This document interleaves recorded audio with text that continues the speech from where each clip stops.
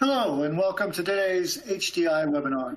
We're glad you've joined us for Are Your IT Service and Support Performance Targets on Target? I'm Tim McElgan, Editorial Manager and Principal Analyst for HDI, and I'll be your host for today's session. A few housekeeping announcements before we get started. If you have any technical difficulties during today's session, just hit F5 to refresh your browser window. If you need any other assistance, please click on the yellow help icon below the slides. We encourage you to ask questions at any time during our discussion. To do so, simply type your questions into the Q&A window on the side of your screen and hit the submit button. Today's presentation will be available on demand shortly after the completion of this live event. You'll receive an email reminder once it becomes available. And with that, I'm pleased to introduce today's HDI expert, Jeff Rumburg. Mr. Rumburg is the winner of the Ron Munz Lifetime Achievement Award. He was named one of the HDI's top 25 thought leaders in technical support and service for 5 years, and he served on HDI's Strategic Advisory Board. He is co-founder and managing partner of MetricNet LLC, where he's responsible for global strategy, product development, and client engagement delivery. As a leading expert in benchmarking and re-engineering, Mr. Rumburg authored a best-selling book on benchmarking and has been retained as a benchmarking expert by such iconic companies as American Express, Intel, Coca-Cola, and Emory Healthcare. Thank you so much for joining us today, Jeff, and the floor is yours. Thank you, Tim. It's great to be here. Real pleasure and honor. I'm always happy to speak for HDI or ICMI. Today's topic, as you pointed out, is about establishing performance targets. Ironically, many service and support organizations, whether it's a service desk or desktop support, do not have performance targets for their metrics. And so today we want to address that very important issue. Now, hopefully you're seeing my first slide. It shows a pyramid of people, process, and technology. This was one of the first paradigms I learned when I got into this industry some 30 years ago. And the idea here is that if you're effective in hiring and recruiting and developing your personnel, and then you equip them with standardized processes and SOPs, standardized operating procedures, and you automate the repetitive tasks using ITSM tools, knowledge tools, and others, that you will have an effective support organization. Yet we found that wasn't always the case. In fact, we defined a number of years ago what a world-class service and support organization looked like, and it consists of 4 criteria.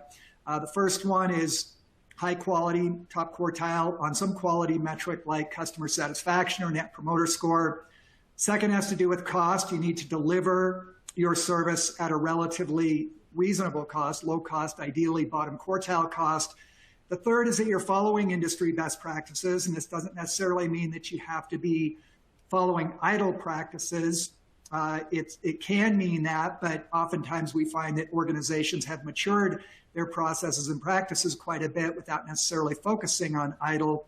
And then the final component of our 4-part definition of a world-class support organization is that every transaction adds value, and we determine that by measuring the ROI of service and support. And when we measure the ROI of service and support, we like to see that number above 100%, which means that you're creating value that's above and beyond your annual operating expense. So what was missing from this original paradigm? Why is it that organizations that did have mature people, process, and technology were not able to achieve world-class performance? The answer is they were lacking a mature metrics discipline. So what I'm showing on this chart is that metrics is foundational. It doesn't replace people, process, or technology. It doesn't supersede them, but it is foundational. And unless you have matured your metrics, it is virtually impossible to become a world-class support organization the way I defined it on the prior slide. Now, this isn't me just saying it because the name of my company is MetricNet. Here's the empirical data that shows the relationship between metrics maturity, x-axis, scale of 0 to 5, 5 being most mature, 0 being least mature. Y-axis is something called the balance score, which I will define momentarily. It gives you a single overall measure of support performance. It will range from 0 to 100%. Now you can see the data points thin out as the metrics become more mature. As you approach 5 on the right-hand side, we have fewer data points.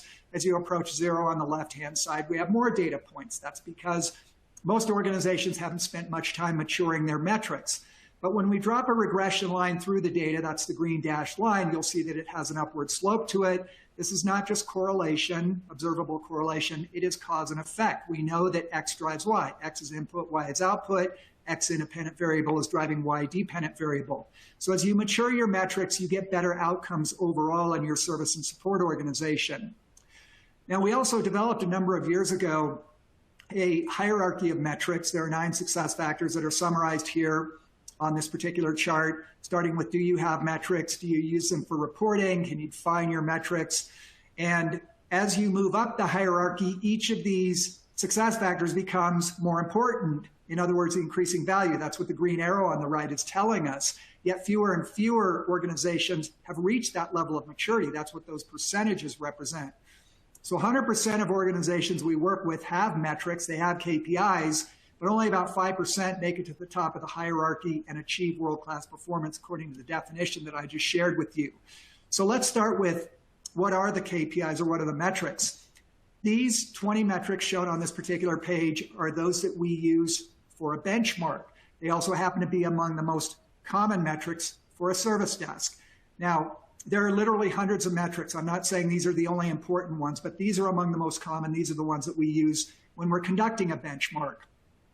Now, rather than go through a whole bunch of definitions, what I will point you to is a resource at this URL on the bottom of page 8, where you can download 2 ebooks in PDF format. One has service desk definitions and correlations in it. The other one has desktop support definitions and correlations in it. So if you're looking for the definitions of those metrics, you'll find them in these downloadable resources. Now, the good news is, on these metrics I showed you, the 20 I showed you back here, or think more broadly, the hundreds of metrics that exist for a service desk, there's only a handful that really matter. These are the key performance indicators. Not every metric is a KPI, but every KPI is a metric. And they are cost per ticket, your primary measure of efficiency, customer satisfaction, which is your primary measure of effectiveness, utilization, analyst utilization, which drives your cost, first contact resolution rate, which drives customer satisfaction, first level resolution rate, closely related to FCR, but a very different metric. It's your proxy for total cost of ownership. The higher it is, the more you've shifted left in your organization. Then we have job satisfaction, and then we aggregate them all into a balanced scorecard. So this represents the 80-20 rule for service desk KPIs. These are the metrics that really matter. And you can manage your service desk very effectively just with the 7 metrics that are shown on this particular page. Now, we have a similar couple of charts for desktop support. You can see them here on page 10. We've got about 30 metrics that we use when we benchmark desktop support. Once again, these are not the only metrics that exist for desktop support, but these are among the most common. Once again, we have an 80-20 rule, and you can see that there are 8 metrics that really matter for desktop support. They look very similar to those for the service desk, cost per ticket being your primary measure of efficiency, customer satisfaction being your primary measure of effectiveness, utilization driving cost, first visit resolution, mean time to resolve, driving customer satisfaction, percent resolved level 1 capable, percentage of tickets you're resolving at desktop support that could have and should have been resolved at level 1. That's our TCO metric. And then once again, we have job satisfaction and the balanced scorecard. Now, the balanced scorecard I've not defined yet, so let me give you an example of how the balanced scorecard works. This one was put together for a client of ours that we recently did a benchmark for their service desk. There's 6 metrics that comprise the scorecard there in the far left-hand column. We put a weight on each one of those metrics according to their relative importance. And this is not cast in stone. There's some judgment required here, but you can see that we overweight cost and customer satisfaction because those metrics are the foundation metrics. The columns 3 and 4 from the left are in this benchmarking peer group, roughly 40 in the peer group, the worst performer and the best performer, your actual performance for some period of time. It could be a month, it could be a quarter, it could be a full year. Your performance would go in that 3rd column from the right. And we calculate a score using the interpolation formula that will give us a metric score that will range from 0 to 100%. A score of 0, as we have on ASA, means that you have the worst performance in the benchmark. A score of 100%, as we have here on job satisfaction, means that you have the best score in the benchmark. Anything in between 0 and 100% will tell you how far along the path you are from the worst case to the best case.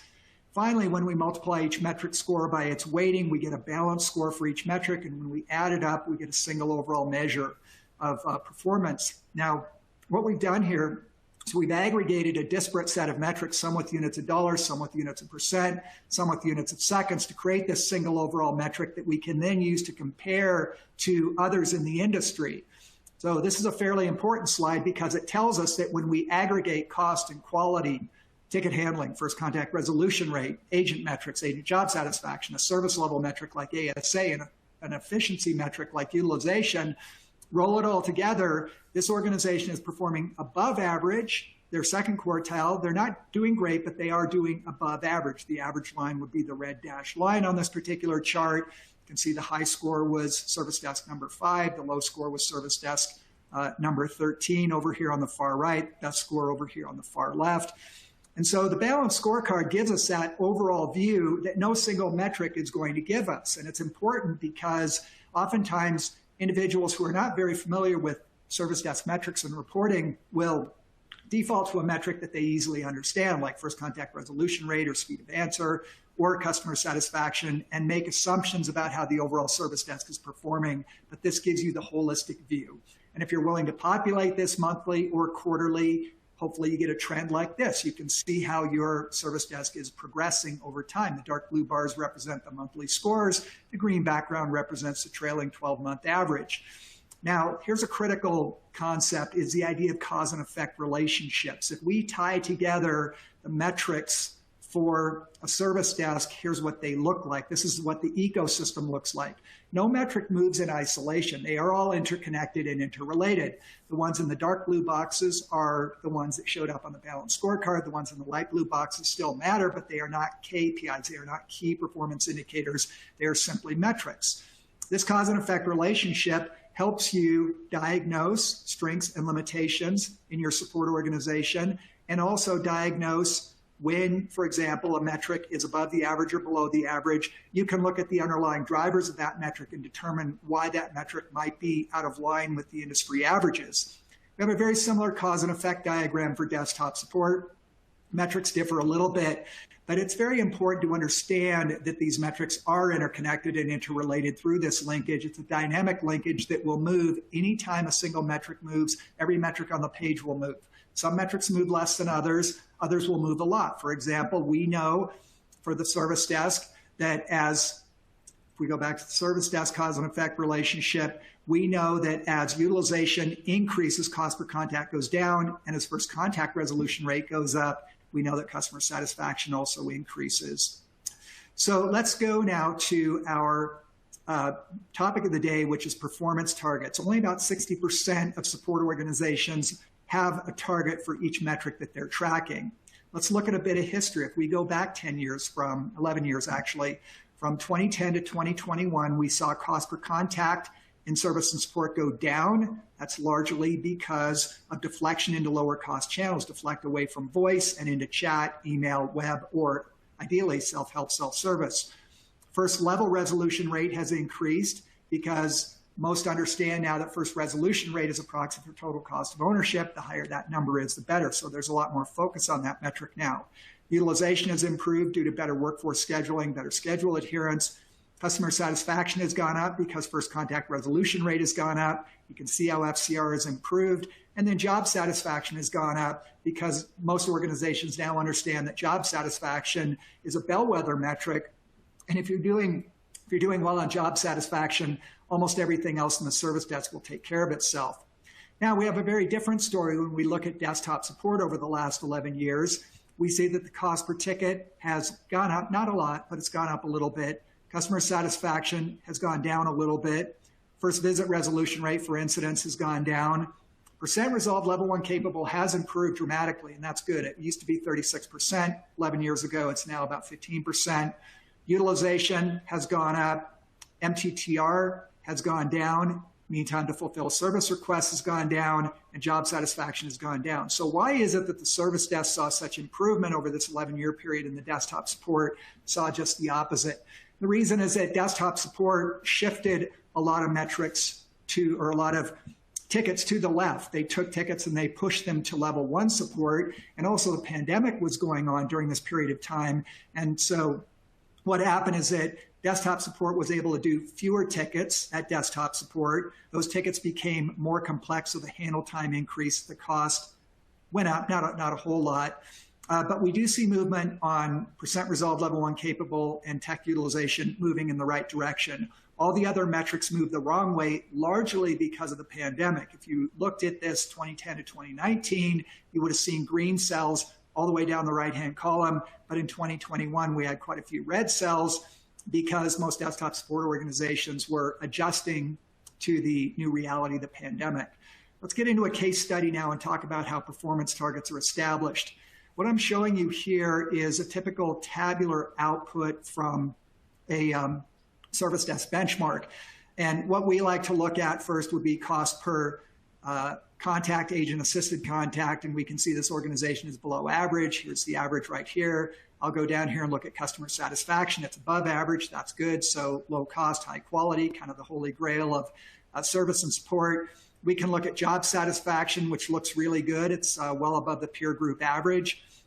We can look at customer satisfaction, well above the peer group average. So this organization seems to be performing fairly well. Now, we like to present the data in quartile formats as well. Some like the tabular format, others like the quartile format. And by the way, this is real benchmarking data from a recent service desk benchmark. The dark blue cells here represent the quartiles. Quartile simply means 1/4.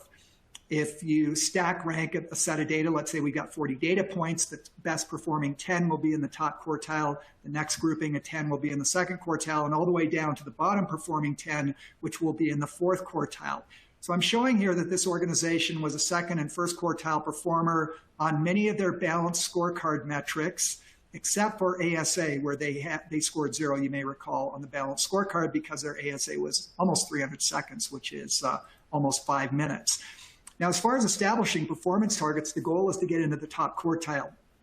You're never going to have the best performance in a benchmark on every metric: cost per ticket, customer satisfaction, first contact resolution rate, agent or technician utilization, job satisfaction, and speed of answer. You will never have the best score. It's impossible. But you can be in the top quartile. And that's what we're showing here on page 23. Green is good, red is bad. The top quartile is denoted by this dashed line here. If you're to the left of the dashed line that I'm showing right here, you're going to be a top quartile performer. Second quartile is the yellow. Third quartile is the yellow-orange. Fourth quartile is the red. So if you're going to be top quartile on cost, your cost per minute of handle time will be $1.28 or less. Top quartile customer satisfaction would be 91.6% or greater. Top quartile on utilization would be 49% or greater, and so on. So you can see what these quartiles look like. I'm going to pause here because there is a question. And this question is, have you found that cost per incident has gone up since more companies are working from home? Yes, we have found that to be the case. Cost per ticket in general has gone up since agents have started working from home. Part of it is because at-home workers are not quite as efficient as they would be in an office environment, but the bigger issue is shift left. That is, a lot of tickets that used to be resolved by field services or desktop support have been pushed left to level 1 support, and they tend to be more complex tickets, so the handle time has gone up. Okay, let's move on now and look at this company XYZ. These numbers should look familiar to you now because they were the same numbers that were in the balanced scorecard. These are their actual performance, and here are their performance targets. This is what they would look like if we get them into the top quartile. So 91.6% customer satisfaction, there's their target there. 76.3% first contact resolution rate, there's the target there. So getting them into the top quartile, the green cells represent you've achieved your target. The white cells indicate that you are short of your target. And so what we can do is simulate what would happen if this organization did hit their target performance levels. In other words, let's substitute it into the balance score, and lo and behold, their balance score would go from 64.1, recall that was their original balance score, all the way up to 77.5%. That would push them into position number 1. So the balance score can be used as a what-if tool as well. In other words, you can simulate what would happen if you did get into the top quartile on your cost per contact, customer satisfaction, first contact resolution rate, speed of answer. 77.5 would be the balance score, and that would push you into the top quartile. So let's look at what actually happened. Here's the original performance of company XYZ, second column from the left, on their balance score metrics. These are the key performance indicators, recall. Here was their target performance. After 12 months, this is their actual performance, second column from the right. And then on the right-hand side, a yellow cell means that they fell short of the target. A green cell means that they either met or exceeded the target. So they almost hit their cost target and they fell a little short. They exceeded their customer satisfaction target. They met their utilization target. They fell short of their FCR target, but not by much. They exceeded their job satisfaction target by quite a bit. And their ASA target, they fell short. They were still about 20 seconds above the 60-second target that we established. Nevertheless, they ended up exceeding the target performance for the balanced score because they did so well on customer satisfaction and did so well on agent job satisfaction. They actually exceeded this target balanced score. They went to 79.2%, which again would have put them into the #1 position. So overall, this organization achieved dramatic improvements in their performance. They went from roughly 10th place to top place, second quartile to top quartile. Now, we do have a performance target calculator available on our website. You can go to this URL and download that calculator if you want to set performance targets for your service desk. Another key point I'd like to make is the following. It's not good enough to have performance targets for the service desk overall. You need to establish targets for the individual technicians or agents that work in your service desk or in desktop support. And just like you can have a balanced scorecard for desktop support or the service desk, you can have a balanced scorecard for the individual agents. And this is a very flexible tool. You can put whatever metrics in it you want to. You can put the weights on it that you want to, as long as they add to 100%. This is just one example of a scorecard that was put together for an organization who's trying to improve their agent performance. They would rank the agents every month and they would post this. The agent numbers are shown on the left-hand side. They don't use last names because they're not trying to embarrass anybody, but every agent knows what their number is so they can see what their performance is relative to all of the other agents on a monthly basis. Now, this particular agent was being held accountable to a schedule adherence target, a call quality target, a customer satisfaction, and a first contact resolution rate target. Their actual balance score was 67.4% for this particular month. Their target performance was 90% for schedule adherence, but for all the other metrics, they were already hitting or exceeding their targets. They just weren't hitting their schedule adherence target. So every one of these metrics is controllable by the agent. You can't hold an agent or a technician accountable for a metric they can't control, but they can control their schedule adherence, their call quality, their customer satisfaction, and their FCR. In other words, they put enough effort into it, they can achieve a performance target. So the feedback here was your schedule adherence is poor. It's only 70%. It needs to be 90%. That's top quartile.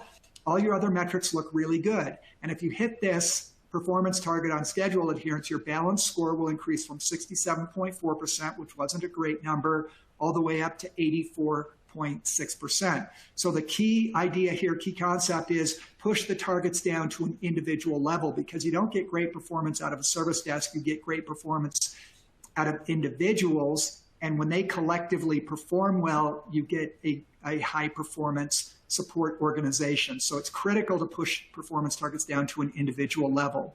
So let me summarize what we've talked about. There's a metrics hierarchy with 9 success factors. These have been documented and proven over many, many thousands of benchmarks that Metricnet has completed over the last 30 years.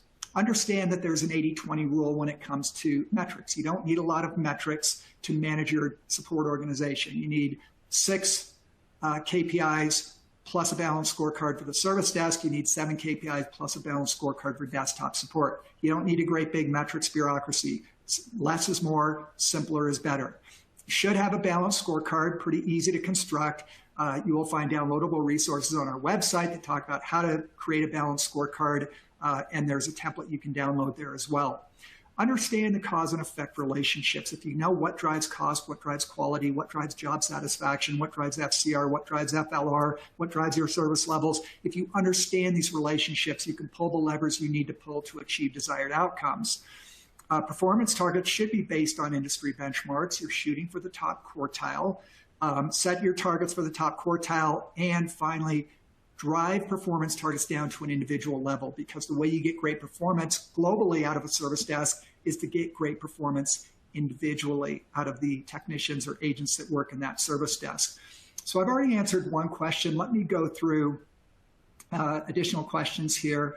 And this one is from Kansas City Southern Railroad. For service desk, does first contact resolution include password resets?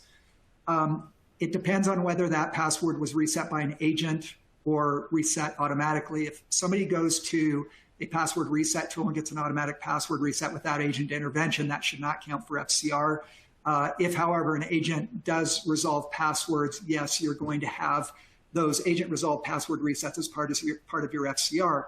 One implication, of course, is that agents should be doing as few passwords as possible. That should be handled automatically through, there are good tools out there that will automatically reset password and authenticate the user. So you want as few passwords being reset by agents as possible.